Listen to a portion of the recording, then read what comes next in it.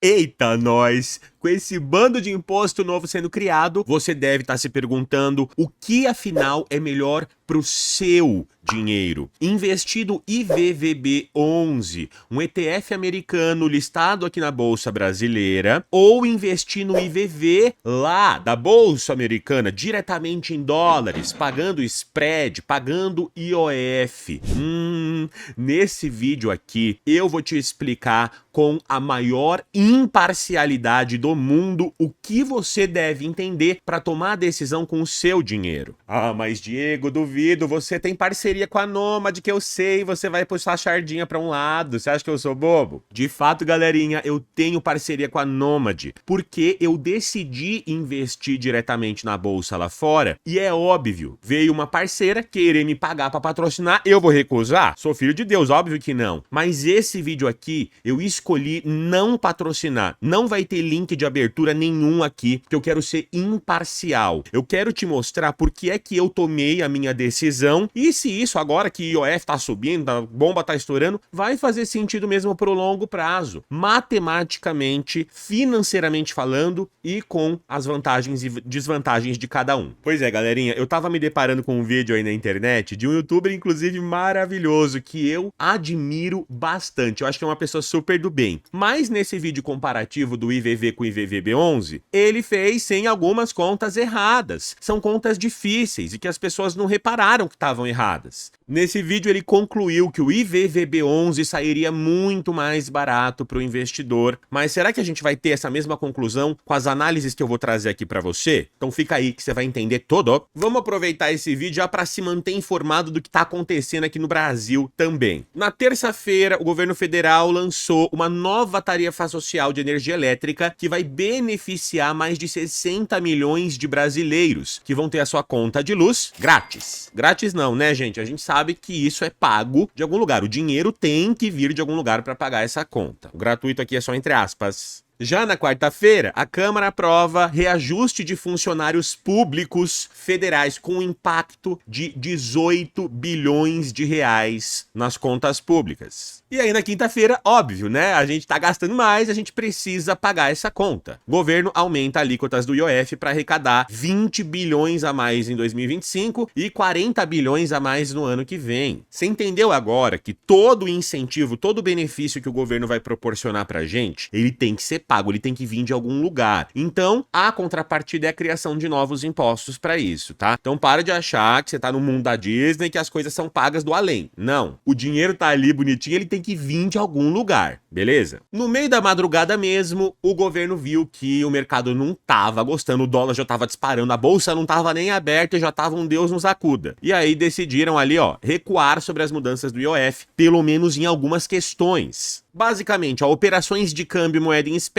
IOF fixado em 3,5%, e agora, depois da repercussão, o governo voltou atrás, ó. Remessas para investimentos seguem com a alíquota antiga de 1,1%. Na verdade, a alíquota antiga para investimento era de 0,38%, tá? Não sei por que falaram que voltaram para 1,1%, sendo que era 0,38%. Os caras não sabem nem o que eles estão fazendo mais. Dá a impressão que é um bando de adolescentes se reunindo para fazer um bate-volta ali em Santo, né? Mas não, gente, estão comandando, estão governando, estão dirigindo o navio do nosso país. Mas aí sim, ó, saída de recurso não especificada, se for para você gastar lá fora, fazer uma viagem, aí sim o IOF é de 3,5%. Para investimentos, eles voltaram atrás. E é exatamente por isso que no nosso comparativo eu vou levar isso em conta, tá? A gente não sabe se vai manter o 0,38, se vai para 1,1 ou se vai para 3,5, não dá para saber. Por isso que eu fiz uma análise com os 4 cenários possíveis. O cenário de você investir no IVVB11 diretamente, o cenário de você investir no IVV pagando o IOF de 0,38, pagando o IOF de 1,1% e o IOF de 3,50%, tá? A gente vai ter todo o comparativo aqui para você sair desse vídeo sabendo tudo. Primeira diferença entre o IVVB11 e o IVV. O IVVB11 você tem acesso pela Bolsa Brasileira. Então, através de um Nubank, de uma Rico, de uma corretora da Bolsa do Brasil, você consegue comprar o IVVB11 e expor sim o seu capital à variação do dólar, aos investimentos da Bolsa Americana. Perfeito, lindo, maravilhoso. Olha lá, ó, nos últimos 5 anos, uma alta de 108,71%. Já o IVV, pessoal, você precisa mandar o seus reais para fora do país, converter eles para dólares e comprar numa bolsa americana, numa conta internacional, por exemplo. Olha lá, o IVV nos últimos 5 anos, 96% de valorização. Caramba, mas Diego, tá diferente, eles não renderam a mesma coisa. Pois é, o IVVB11 parece que rendeu mais, porque ele tá em reais. Então, quando a gente olha para a cotação dele, eu tenho que considerar o valor da cotação das ações lá, da IVV, que subiram, mais a valorização do dólar, porque o IVVB11 tá em reais. Então essa diferença aqui, ó, de 96% para 108% vai acontecer porque dentro do IVVB11 você está embutido também a valorização cambial, a diferença do real para o dólar no período. Portanto, mito número 1, sim, o IVVB11 você está dolarizando a sua carteira. Se o dólar subir, você sobe. A questão é que você não tirou o dinheiro aqui de dentro do Brasil, porque para fazer a venda do IVVB11 você vai receber isso em reais e você está suscetível aí a o governo do dia para noite criar um imposto em cima de uma conversão para dólar, você ficar preso dentro do Brasil. O IVV rendeu esses 96% em dólar, entendeu? Então você teria que pegar esse rendimento em dólar que você teve e aí voltar esse dinheiro em reais para o Brasil. Ao fazer isso, você vai ver. Se o dólar se valorizou, obviamente você vai ter mais reais, então eles iam dar meio que elas por elas. Será? Tem uma outra questão aqui. Uma das primeiras diferenças entre você investir por um ou por outro tá na taxa de administração, que é uma taxa anual cobrada. Olha só, o IVV tem uma taxa de 0,03% ao ano, enquanto que o IVVB11 tem uma taxa anual de 0,23%, ou seja, ela é quase 10 vezes maior do que a taxa lá de fora. Então a pessoa que já está antenada, ela já está entendendo, opa, se eu tenho uma taxa aqui no Brasil maior, a taxa de administração é 10 vezes maior, será que no longo prazo essa diferencinha pequena não vai deteriorando meu patrimônio aqui dentro do IVVB11? A gente vai ver isso na simulação. Mas sim, essa diferencinha aqui, ó, de 0,20 ponto parece pequena, mas ao longo de 10, 15, 20 anos, o impacto pode estar na casa de centenas de milhares de reais. A gente vai ver, eu vou te mostrar. Ah, mas Diego, você não está sendo imparcial, porque se você compra o IVV, você tem que considerar o spread bancário. E o spread é a comissão que ali a conta internacional, essa Nomad, a Avenue, o Banco Inter vão ganhar. Eles têm que ganhar dinheiro em cima. Pois é, existe um spread hoje que está entre 1% e 2% aqui no Brasil, tá? Banco Inter 1,5%, a Nomad começa em 2%, depois que você vai investindo, né, no longo prazo cai para 1%, eu pago 1% lá na Nomad, então é ótimo. Mas vamos fazer a conta aqui para você entender tudo direitinho. No vídeo que eu vi aí do comparativo do IVV contra o IVVB11, o IVVB11 ganhou a vantagem porque ele dizia que se você investe R$100 por mês, você está pagando 2% de spread ao mês. Então 2% ao mês é muito maior do que a taxa de administração do IVVB11, que é 0,23 ao ano. Foi essa comparação que foi feita. E aí quem tá ouvindo, nossa, realmente, né? É muito pior eu pagar 2% ao mês. Mas, gente, essa conta tá errada, tá? Não é assim que se faz. Se você tá pagando 2% ao mês em cima do investimento, olha só o que aconteceria, ó. Vamos supor, você fez um aporte de R$100 e você tá pagando 2% ao mês de taxa. No primeiro mês isso aqui cai para 98. No segundo mês cairia para 96. Depois 94, 92, 90. Porque você tá pagando 2% ao mês. No final de um ano, você teria R$78 na conta com spread totalizado de 22% ao ano. Então não é 2% ao mês. A conta correta que a gente tem que fazer é em cima de cada aporte individual. Ou seja, eu vou mandar um dinheiro para fora do país, eu pago o spread em cima desse dinheiro uma única vez para mandar, não é um pagamento mensal que você faz, é uma única vez, e aí eu calculo a rentabilidade, considerando sim que eu tive que pagar esse spread. Por exemplo, ó, vamos supor que eu invista R$100 por mês. O cálculo certo deveria ser feito assim, ó. No mês 1 eu coloquei 98. No mês 2, 98. No mês 3, 98. É 2% em cima do aporte. Ou seja, no final de um ano, eu botei 1.200 e eu consegui corrigido lá, tirando já o spread, 1.176. Se eu somar cada um desses 98 aqui, ó, totalizando um spread anual de 2% e não de 22%. Então, pelo amor de Deus, vamos fazer uma conta aqui, né, certinha. Ah, mas Diego, no IVVB11 eu não pago o spread, é muito melhor mesmo eu investir pelo IVVB11, não é? Porque o dinheiro fica dentro do Brasil. Calma. Você tá comprando um ativo que é dolarizado e você acha que você não tá pagando spread? No IVVB11, pessoal, o spread existe, mas ele é invisível aos seus olhos. Você acha mesmo que você tá investindo na Bolsa Americana sem enviar dinheiro, sem fazer essa transação? Eles fazem. A BlackRock, que é a gestora que controla, né, o IVVB11, ela mesma fala. Eles fazem ali operações de câmbio, de swap, de dólar futuro. Eles têm que ficar fazendo essas operações lá dentro do IVVB11. Então é claro, para você não paga spread, é transparente, é invisível, mas por de dentro você paga. Olha lá, ó. Sim, existe um spread de câmbio envolvido na compra do IVVB11, mas ele é invisível para o investidor. O spread cambial acontece internamente, na operação de hedge feita pela gestora. O IVVB11 precisa comprar ativo em dólar. Para isso, ele opera no mercado de câmbio institucional, swap, dólar. O custo desse câmbio está incluído, esse spread, esse custo da operação está incluso quando você compra lá a cota do IVVB11, mas você está pagando. A BlackRock, ela não deixa claro qual que é esse spread interno, tá? Mas dá pra gente calcular.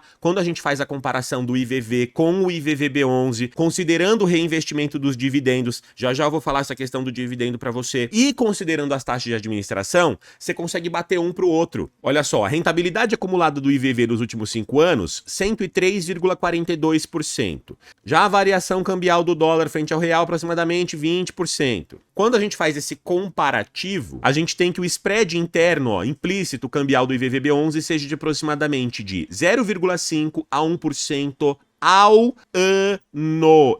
Olha só bem isso aqui, ó, ao ano. Você tem noção do que é isso? Pois é, essa é a verdade. Essa aqui é a verdade que você tem que saber. Enquanto que investir diretamente no IVV, você paga um spread sim, uma vez na ida e uma vez na volta, em cima de um mesmo dinheiro, aqui no IVVB11 você está pagando de 0,5 a 1% todo ano só de spread implícito, fora a taxa de administração que é maior. Por que isso acontece, gente? Porque dentro do IVVB11, o gestor ele não vai comprar lá os ativos uma única vez. Não, eles ficam fazendo operações de hedge, eles ficam vendendo, comprando, mudando, fazendo swap de câmbio. E isso tudo geram taxinhas, geram custinhos ali. É como se no IVVB11, todo ano, ele mordesse um pedacinho ali, invisivelmente, do seu rendimento. No longo prazo, será que isso não vai ter um efeito? Vai, eu fiz a conta toda usando todos esses dados para vocês. Olha lá, sim, o custo spread cambial implícito tende a ser recorrente. É como se você perdesse um pedacinho da rentabilidade todos os anos. Por que isso acontece? Porque o IVVB11 não compra diretamente ativos em dólar com seu dinheiro.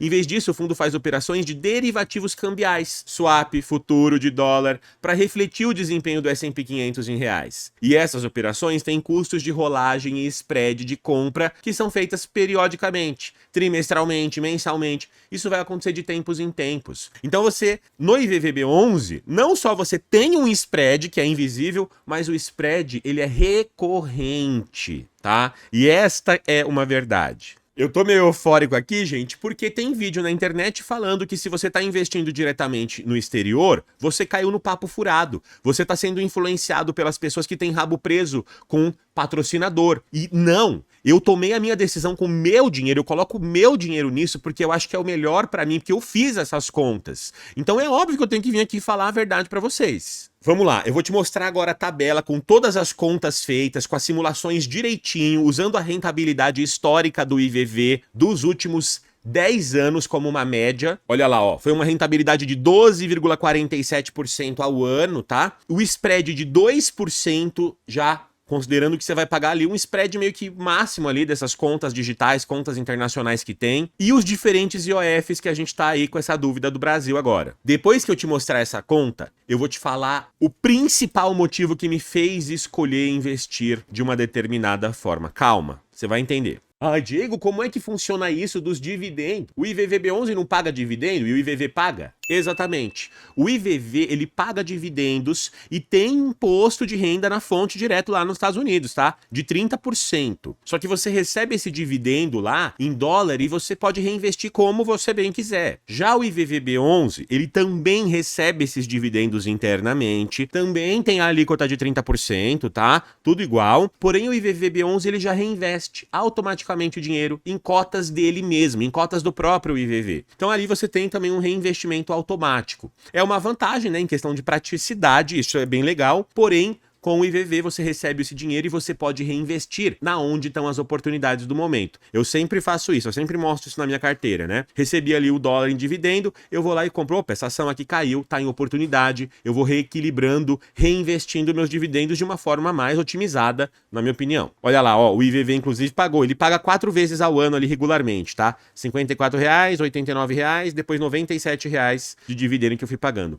O IVVB11 eu também tinha em carteira antigamente, e ó, eu nunca recebi dividendos dele, ó, ele nunca pagou, ó. 0 de dividendo aqui, ó, tá vendo? Ele até aparece aqui na minha carteira porque eu já comprei ele no passado, mas nunca recebi dividendo. Ele não paga dividendo mesmo. Olha só, pessoal, nessa simulação eu considerei um aporte de R$100 mil em cada um desses investimentos aqui bonitinhos, tá? Quando a gente olha no primeiro ano, você vê que o IVVB11 já sai na vantagem. Porque sim, o IVV, enviando dinheiro lá pra fora, você vai ter esse spread inicial. E esse spread é visível ali pra você. Você tem que pagar, você tem que entrar com menos dinheiro. Então você começa em desvantagem, ó. 111 mil pro IVVB11 contra 109 mil no IVV, caso o IOF seja de 0,38%, no IOF de 1,10%, 108 mil, e no IOF de 3,5%, 106 mil. Sim, se você está investindo aqui no curto prazo, a diferença é gritante. Isso aqui já começa a se inverter a partir do terceiro ano. Então, a partir de 3 anos, olha lá, no IVVB11 você tem 138 mil, enquanto que no IVV, 138 mil também,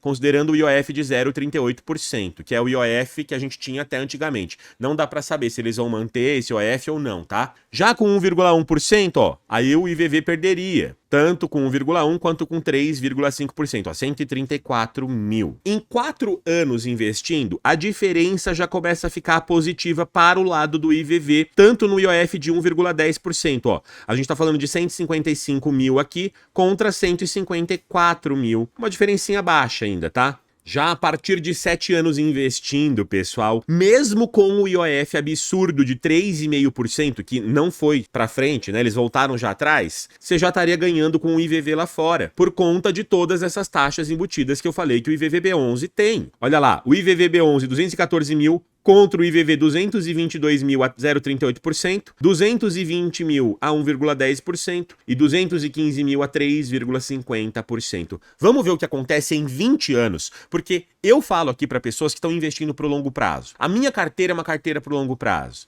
e eu estou mirando em ter uma vantagem financeira no longo prazo. Olha lá, em 20 anos você teria no IVVB11 R$ 888.408. Já no IVV, com IOF de 0,38%, R$ 1.023.935. E com IOF de 1,1%, R$ 1.016.383. E com IVV a 3,50% de IOF em cima, R$ 991 mil. Ou seja, mesmo com o IOF absurdo, abusivo aí, a gente teria sim uma vantagem de mais de R$100 mil no longo prazo, investindo diretamente lá fora. Ah, mas Diego, eu não acredito. Então faz a conta você mesmo, deixa aqui no comentário, compare as maneiras de fazer o cálculo e comenta aí o que você achou. A gente vive numa democracia para isso, não é? Cada um dá a sua opinião. Agora, opinião é diferente de conta e cálculos matemáticos que chegam a um resultado numérico, tá? Lembre-se disso. Agora sim, eu vou dar a minha opinião. Qual é o principal motivo do porquê é que eu resolvi deixar de investir ali em BDRs e ETFs brasileiras e VVB11 nas BDRs e comecei a dolarizar o meu patrimônio diretamente em dólar? Não preciso falar nada, gente. Aconteceu ontem. O motivo. O governo pode dar louca do dia para noite e criar um imposto novo, prendendo teu dinheiro aqui no Brasil, limitando a tua liberdade de fazer escolhas com o que você quer fazer com o teu dinheiro. Eu vou falar para você, 3,5% de IOF ainda tá ok. Você vê que não é um IOF proibitivo, que te proibiria de investir no exterior, porque seria muito desvantagem. Olha só o que aconteceu em 2023, antes das eleições na Argentina. Ó. A Argentina aumenta imposto para deter cotação do dólar. No cartão de crédito e débito, passou de 5% para 25% um dos impostos. Para quem gastasse menos de $300, ia pagar 75% sobre o valor da cotação oficial, né? Entre 200 e $300. E quem passasse de $300 ali comprando esses dólares, seria mais um imposto ali envolvido que somava 80% sobre a cotação do dólar oficial. Então assim, pessoal, quando um país ele começa a ter que recorrer a essa cobrança de impostos para pagar as contas, porque a conta conta não tá fechando, os gastos estão subindo, uma hora esse dinheiro vai ter que vir de algum lugar, e aí o país tem que começar a tomar medidas drásticas, medidas que são sim ruins, como essa de aumentar o imposto do nada. Vocês sabem, eu não sou teoria da conspiração aqui, tá? Eu acho que o Brasil ainda tem uma realidade completamente diferente da que a Argentina, de que Venezuela. Não tem teoria da conspiração aqui não, eu sou bem pé no chão. Mas o que aconteceu ontem foi uma prova de que sim, se era uma suspeita, a gente viu que isso pode acabar se concretizando do dia para noite, ou melhor, da noite para o dia, como a gente viu ontem. Então, se você ainda não dolarizou a sua carteira e você agora que tem as informações vai fazer assim como eu vou deixar um vídeo maravilhoso que te explica o jeito que eu faço, tá? E aí, se você quiser, você vai lá e aprende ou não. Esse vídeo vai ficar aqui para você ir lá e continuar aprendendo. Tamo junto, te vejo no próximo vídeo. Falou!